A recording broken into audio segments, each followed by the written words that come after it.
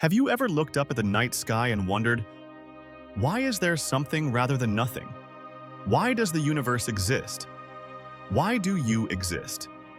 These are the questions that have haunted humanity since the beginning of time. And today, we are diving into the ultimate question. Does God really exist? But we're not just going to blindly believe or reject. We're going to break it down, logically, step by step. And by the end of this video, you'll see why the existence of God is not just possible, it's inescapable. Let's start with a simple observation. Everything around you exists. But have you ever stopped to ask why? Why does the universe exist at all?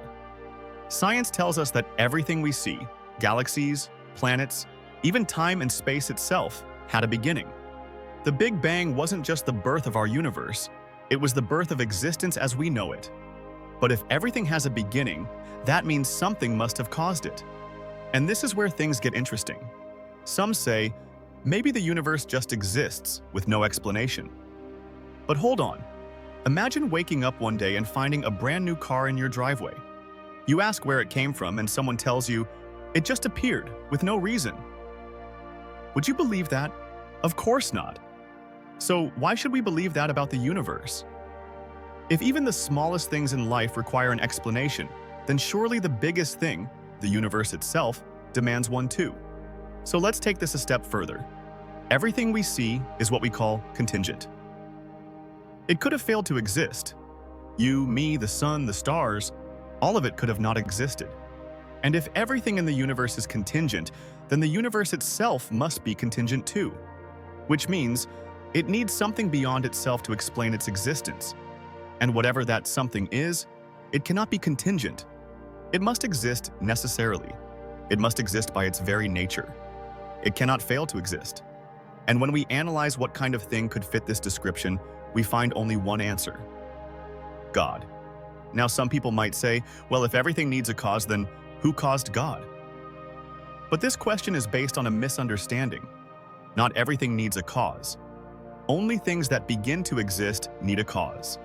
God never began to exist. He is eternal.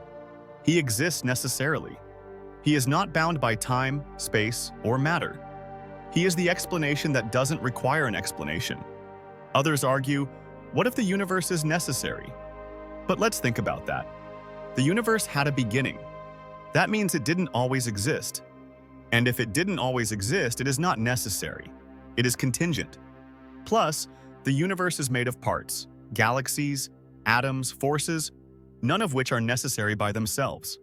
So how could a collection of non-necessary things suddenly become necessary? It can't. Which means the universe needs something beyond itself to explain why it exists at all.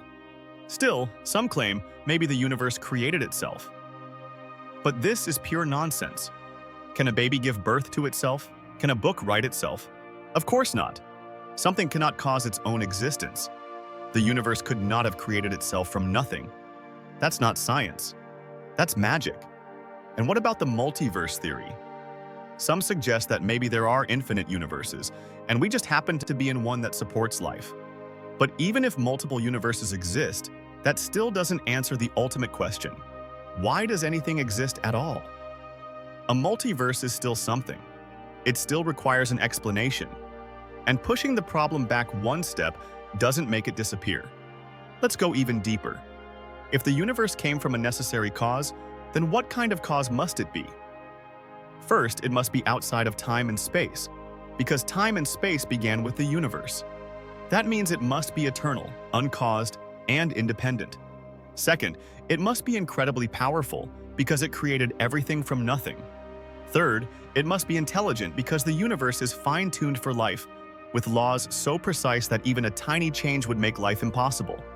And finally, it must be personal, because an impersonal force cannot choose to create. Only a mind can make decisions. This leads us to the inescapable conclusion. The cause of the universe must be an eternal, powerful, intelligent, and personal being. In other words, God. And yet, despite all this, some still say, maybe we just don't know the answer yet. But that's not an answer, it's an escape. If we followed that logic, we'd never accept any truth about anything.